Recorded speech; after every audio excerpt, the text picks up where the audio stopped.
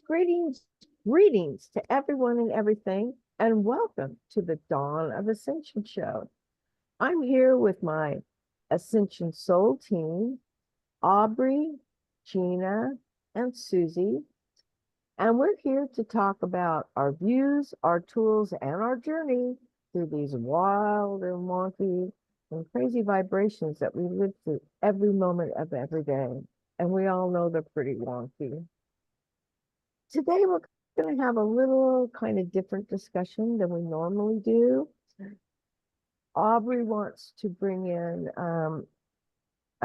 some visuals to help explain what is our toroidal field. My tongue is kind of this morning. Toroidal field and how it affects our experience of our within and without, and how it relates to others around us, and how it can create unity in all of humanity. Broad subject, people. Here we go. Aubrey. Thanks, Give it to us. So today, like Arlene said, we're talking a little bit about kind of the reflection of what happens within and without. And I wanted to kind of just let everybody know what the mechanics of that actually look like. So to do that, we're going to go into, I think I'm going to start by showing you guys what toroidal fields are, and then we're going to discuss a little bit more about what that exactly means. But let me share my screen really quickly. So this is a toroidal field, and you'll hear me talk about this a lot if you're going to any classes or listening to anything that I talk about, because this really is kind of the format within which we are experiencing reality here. So you'll notice here that the if you look from the inside to the outside, our toroidal field creates an infinity symbol. And at the very center of that infinity symbol is our heart.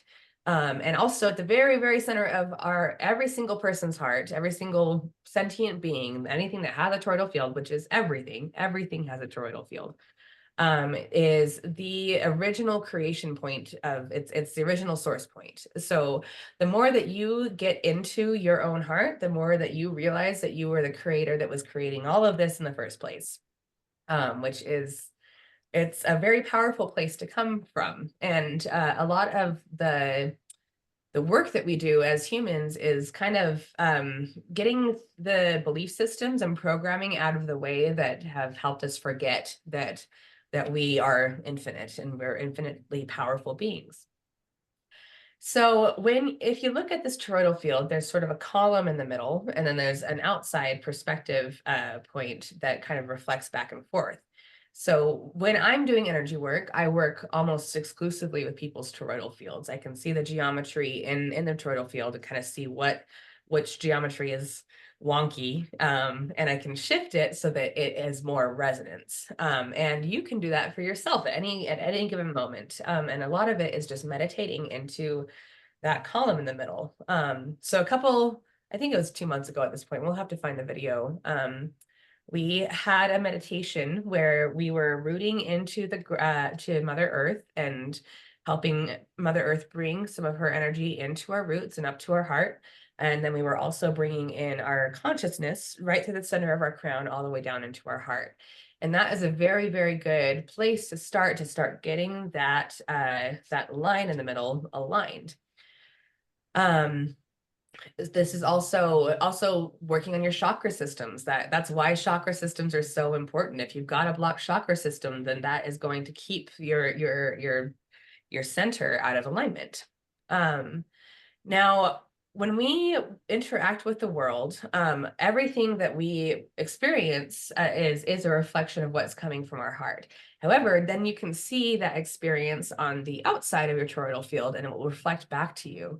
And as you interact with other beings, then what happens is your fractals and the harmonization that you experience with each other will start influencing each other. And so your toroidal field will influence the toroidal fields around you, and the toroidal fields around you will influence your toroidal field, which is why it's so important to really choose the environment that you choose to be in, and to claim that power. If you're around people that aren't resonating with your highest good, then it's not, then you have the choice and the power to shift your resonance and shift your environment.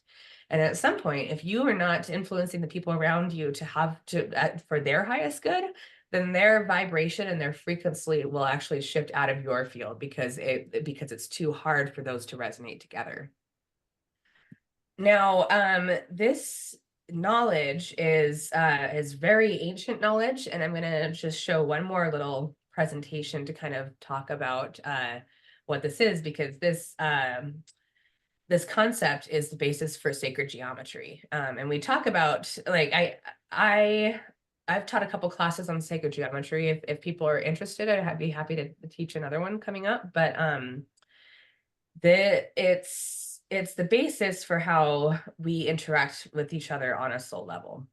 So at the very beginning of all existence and reality, there is still and was only just one source point. This is the infinite energy that contains everything that can ever happen, will ever happen, has ever happened. It's everything everywhere all at once in one infinite source point. At some point, the truth is that got boring. And Source decided to create an experiment in which it created a perspective field where it could basically just like encompass only part of one of those experiences and perspectives. And once it was successfully able to create just one perspective, it was like, you know what? I bet I could do that again. So it moved all the way to the outside of that perspective, and it created another one. And this shape right here is it's called the Vesica Pisces. It's the very first example, or not example. It's the very first instance. There we go, of two perspectives starting to interact with each other. And you will notice that it is awfully a lot like the image we just barely were looking at. This one right here.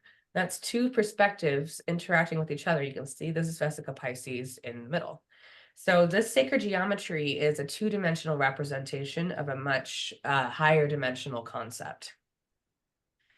Now, once Source made two perspectives, it realized that it was kind of creating an echo chamber. There were only two perspectives to interact with each other. So what Source did was move to the very edge of those two perspectives and create a new third perspective. Now there were two relationships that had that interaction that were completely separate from two other interactions, and then when the three perspectives could agree on one scenario, that is the very first time that physical reality started to manifest, because there were three different 3D, if you might, if you if you may. There were now three perspectives that could collectively agree on a collective reality. Now this shape is very sacred, and there's a lot to go along with that we're not going to go into right now. But Source continued to do this. It started going through and it created what's called the seed of life. And the seed of life is, this is also called the Genesis pattern, and it can be found everywhere in sacred geometry. And it can also be found in our world. This is actually a human embryo. And the way that the way that cells replicate and the way that our three-dimensional reality is formed is, especially a human reality, is through the seed of life. Now Source continued creating this pattern, and it created what is called the flower of life, which has been seen in ancient civilizations across the world for all of time and space, because it's the pattern of our existence. Now we're going to kind of stop there, because our topic today really is about what it means to to reflect our inner reality with each other. And this concept is the mechanics of it is great to know, but when you're in your real life and working to kind of figure out your own life, I think it's helpful to realize that your reality is reflecting your choices, and you get to reflect your inner reality to your outer reality, and it reflects back and forth and back and forth. And the knowledge that we have a lot of power over what we choose into and what realities we choose to reflect, I think is important. There you go. Wow. That is it. That was awesome. Gee whiz. It was so wonderful to have it all laid out there. Um, like that, and seeing how the flower life has been represented over and over and over again. Wow. Gina, do you want to say anything, or did anything catch you? Well, mostly just when you go out into the world around you, what do you want to see? Where do you want to be? You want to be in a lovely place where your errands flow smoothly and you get everything accomplished, or you get led to where's the best place to be? Or are you going out going, oh my God, there's so many crazy people around me, and all those drug addicts on the street, and you know, in a fear mode or in an anticipatory um, mode, um, you're gonna draw that in. It's more project out love and positivity, no matter what you're walking into, if you will. Whether it's the market or the hardware store or what, you'll be helping others to feel that. I don't know, some of you may have been in a party and somebody walks in and like the whole room lights up. Or it could be you that do that when you walk into a crowd of people. It's that energy, what they're projecting out. You can do that too. We all can. That's my message for the day. Project out your positivity and your love to the world. It needs it right now from all of us. Yes, yes, yes. And I know that Susie has a fairy message that goes right along with this, that we are really going to be pleased with. Susie, Susie, Susie, what have you got today? Thanks so much, Arlene. Today's message is mindful groupthink. And and I checked, and I'm supposed to talk about this. So here we go. Uh, if you can notice at the bottom of this card, you see sort of a being. And then on one side, you have sort of creation. And on the other side, you have lots of stuff going on. But what's interesting here is right in the very, very, very center, you see this little carousel going round and round and round. And the human mind can be so many things: a prison, a circus, a temple, a place of restriction or expansion. And I guess the question is, where does your mind wander? And it's very easy to be influenced by others, and it could be difficult to protect yourself from the amount of information that we're getting bombarded with day and night. And, if you allow the fear to pollute your mind and your emotions, you will fill yourself up with like this negativity. So, from past experience, for best results, just stay out of gossip. When you cut another person down or limit them by envy, you activate lack for yourself. So Fill yourself up with thoughts of plenty. Imagine your universe alive with abundance, hope, and goodness. Good brings good. More love, and gratitude, more things to be grateful for. And what's key is the quality of your thoughts. Aubrey, why is it important to have positive thoughts and a clear mind? And how do we plant those seeds so they can sprout and flourish into the life we want to grow? I think the main reason it's so important to have positive thoughts and a clear mind right now is because of how much programming that humanity has experienced in its history. We've spent a very long time with active external forces who have been attempting successfully for a lot of times to basically turn our heads in order for their own purposes. And the more that we are reclaiming our own power and basically like coming into that column that we talked about earlier and coming back into our hearts, it's the moving forward in doing what we want to do. The human collective gets to, one of the biggest lessons it's learning right now is how to make its own choices and the how to do that is by finding clarity and choosing into a positive life experience. And there, like, we're not talking about necessarily toxic positivity where we're ignoring what has transpired and ignoring the parts of ourselves that need to be loved and healed. But on our day to day, it's at the advantage of those in power to keep us in a negative state.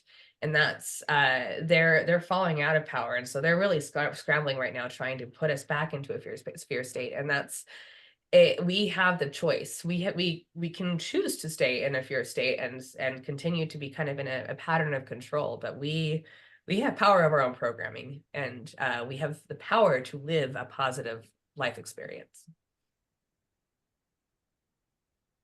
Thank you, Aubrey, and thank you, Susie. Susie, that was one of the best readings you have ever done. It was so spot on, and it was so broad and so deep. It was just amazing.